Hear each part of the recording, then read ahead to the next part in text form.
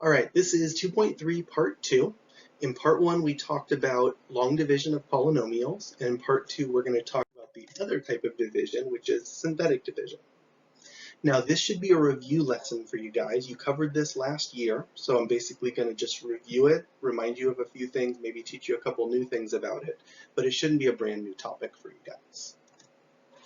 Now, when it comes to synthetic division, it's a little bit quicker and easier than long division. So usually if you have the choice, we usually choose synthetic division, but you don't always have the choice. So here's one thing I definitely want you guys to remember. Synthetic division only works when you're factoring out a linear term. And linear means x to the first power. So like the examples I gave you, if you're dividing by x minus 2, yeah, I can use synthetic division. If I'm dividing by 3x plus 5, sure. But if I'm dividing by x to the fourth, or x squared, or x to the fifth, or anything with an exponent on it, you have to use long division for that. Now the other thing is, when you're doing the actual division, you don't divide the factor, you divide the solution. So for example, if I'm dividing by x minus 2, the number I'm going to use for synthetic division is x equals positive 2. And for the other one, if I was dividing by 3x plus 5, the number I would actually divide out using synthetic division is negative 5 over 3. So just like when you're solving quadratics by factoring and you find the solutions by changing the sign using our little trick, same trick here. Change those factors that you're dividing by, those linear factors, into a solution, and that's the number you're going to use. So let's talk about the actual process. You're going to set up for synthetic division like this. You're going to draw out this sort of elongated, stretched out L shape with some room to write some numbers in. You actually want to have room for 3 rows of numbers. One across the top, where I said in the notes, that's where you list the coefficients of the polynomial that you're dividing. Now that number C, the constant out front, that's the number I was just talking about on the last slide when I said x equals 2 or x equals negative 5/3. That number goes there. And then what you do is you do this zigzag pattern where basically, like, I'm going to start with the first number and I'm going to add up anything I see there. Now the first number, it actually just drops down because there won't be anything below it. But basically, every time you get to that bottom point, to move back up, you always multiply by C.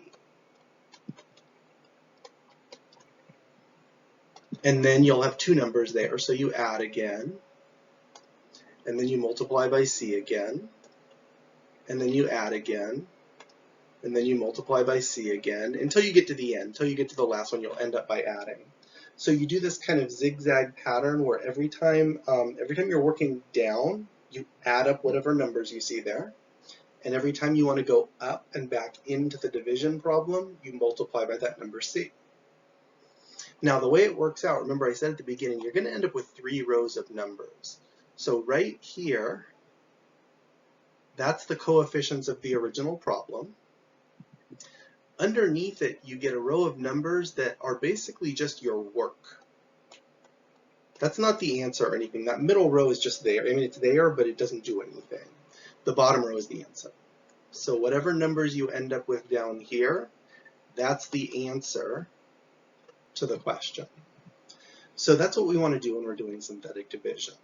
So basically, to be a little bit more specific about that, the bottom row, the one that I said is the answer, that's the coefficients of the answer to the problem, and you always lower the degree by exactly 1.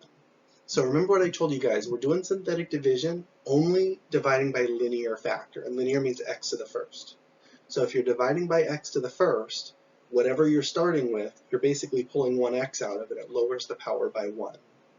So if I have a 5th degree function, starts with x to the 5th, and I divide out a linear function, I'll be a x to the 4th function, 4th degree.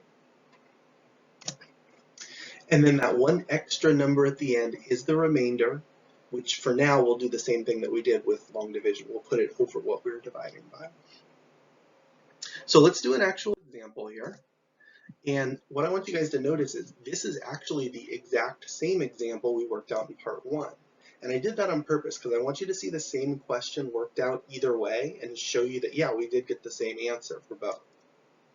So we're going to divide 4x cubed plus 6x plus 4 divided by x minus 3. So let's set up for synthetic division, not long division this time. I'm going to draw that sort of elongated L shape. And then on the top row, what I'm doing is I'm listing the coefficients of that one. So I'm going to start with a 4 for 4x cubed. Now, I said in the notes on the last slide, it's important that you remember to put zeros for things that are missing. Even more important than long division. In long division, it's just kind of a placeholder so it works out conveniently. This one will get you the wrong answer if you don't put that 0 in. So a good way to think of it, I wouldn't do this for the problem, but for the notes, I'm going to say, this is my x cubed. That 4 represents my x cubed. Once you realize that, you need to have everything all the way down to a constant.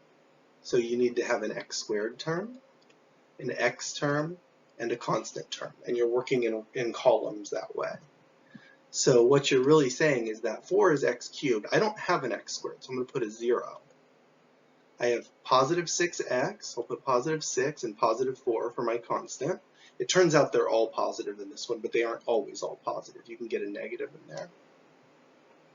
And then for that number out front, that c, remember, if I'm dividing by x minus 3, the number I put out front is positive 3. You change the sign there. It's the solution that goes with that factor. Okay, so let's go ahead and do that work. The first thing is add. Now remember I said basically the 4 just drops down. There is nothing to add it to. It's 4 plus nothing is 4. And then we said if you ever want to get back up into the problem, you always multiply by, in this case it's 3. So I say 3 times 4 is 12. And then we add again. 0 plus 12 is 12. And then I multiply again. 3 times 12 is 36. Add. 6 plus 36 is 42. Multiply. 42 times 3 is 126. Add one more time, and you get 130. 4 plus 126. So what we have is the answer to our question. I mean, we don't just circle it and say we're done. We do want to turn it back into a polynomial, but we have everything we need to answer the question. So remember, here I started with x cubed, but after I divide out a linear factor, it always drops by 1. So in my answer, I'm going to start with x squared. But then after that, it drops by 1 each time. So this is x to the first. This is constant. And remember, I said after you hit the constant, you'll have one extra term. That extra number is your remainder. So my final answer, just kind of put the variables and the constants together.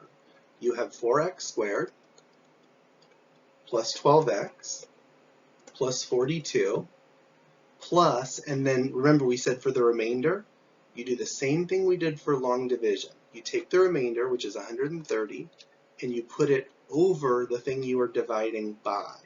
Now the thing you are dividing by, I'm not talking about the 3 in the synthetic division.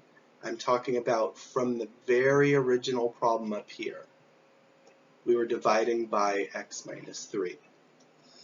And if you think about our problem from part 1, or if you go back and rewatch that video, you'll see it's the exact same answer. It doesn't matter for this question, whether you use long division or synthetic division, you'll get the same answer. And synthetic division is actually much quicker and easier.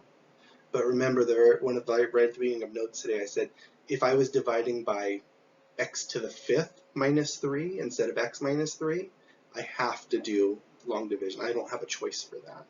So this is for linear factors only.